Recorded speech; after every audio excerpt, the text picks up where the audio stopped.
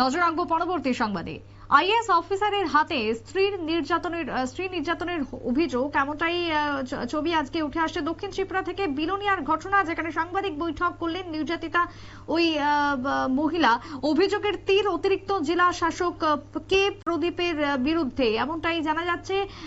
দক্ষিণ ত্রিপুরার বিলোনিয়ার ঘটনা, আইএএস অফিসারের হাতে তিনি নির্যাতনের শিকার, সেই ছবি তুলে ধরেছে এবং সাংবাদিক বৈঠক করলেন তিনি। কি বক্তব্য উঠে এসেছে, ঠিক কি অভিযোগ ছিল ওই নির্যাতিতা মহিলার, শুনুন। 21st 2022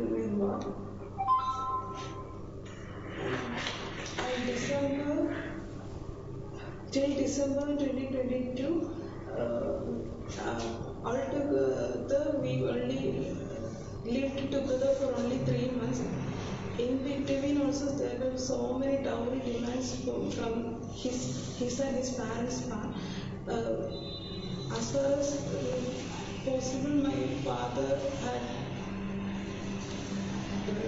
done most of the dowry demands. Even before marriage also so many things were given, even lands were purchased in his name also. Then also the greediness increased day by day, and after December 2022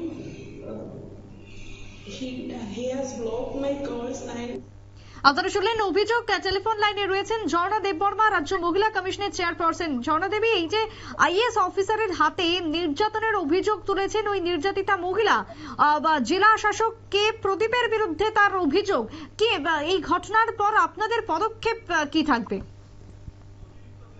hello, হ্যাঁ শুনতে পাচ্ছি। ঝর্ণা দেবী, এই যে IAS অফিসারের হাতে স্ত্রী নির্যাতনের যে অভিযোগ উঠে এসেছে, দক্ষিণের বিলোনিয়ার ঘটনা, অতিরিক্ত জেলা শাসকের দিকে অভিযোগের আঙুল, কিভাবে দেখছেন এই ঘটনাকে আপনারা? অ্যাকচুয়ালি লাস্ট ফ্রাইডেতে আমাদের কমিশনের ঠিক 4:45 নাগাদ আমাদের এই নির্যাতিতা যিনি ডক্টর মহিলা সাউথ ডিস্ট্রিক্ট থেকে, উনি এসছেন কমপ্লেনের জন্য। তো অলরেডি আমি অফিস থেকে বেরিয়ে গেছিলাম, আমার আরেকটা কাজ ছিল। তখন আমি যাওয়ার সময় দেখলাম যে আমার ভাইস চেয়ারপারসনের রুমে ওনারা এসছেন। তো ভাইস চেয়ারপারসন আমাকে বললো, তো আমি বললাম যে হ্যাঁ, এটা ও তাড়াতাড়ি করে নাও, আমাদের ফরম্যাটিং ফিল আপ করে রিপোর্টটা নিয়ে নাও। তো অলরেডি এটা না হয়ে গেছে, কমিশনের পক্ষ থেকে সমস্ত কিছু প্রসেসিং হয়ে গেছে। তো আমরা যেহেতু স্যাটারডে এবং সানডে আমাদের ক্লোজিং ডে ছিল, তার জন্য আমরা মন্ডেতে আমরা 11:30 থেকে 12টা নাগাদ আমরা কমিশনে বসবো, ভাইস চেয়ারপারসন, ল অফিসার সবাই মিলে আমরা বসবো এবং একটা ডিসিশন নেব। কারণ কি, আমি পরের দিন মিডিয়াতে, মানে প্রিন্ট মিডিয়াতে আমি বিষয়টা আরো ডিটেলস ভাবে জানতে পেরেছি। তো সবচেয়ে বেশি আমার অবাক লেগেছে যে প্রিন্ট মিডিয়াতে যে তথ্যটা উঠে এসছে যে নির্যাতিতা মহিলা পিএসএ গেছিলেন।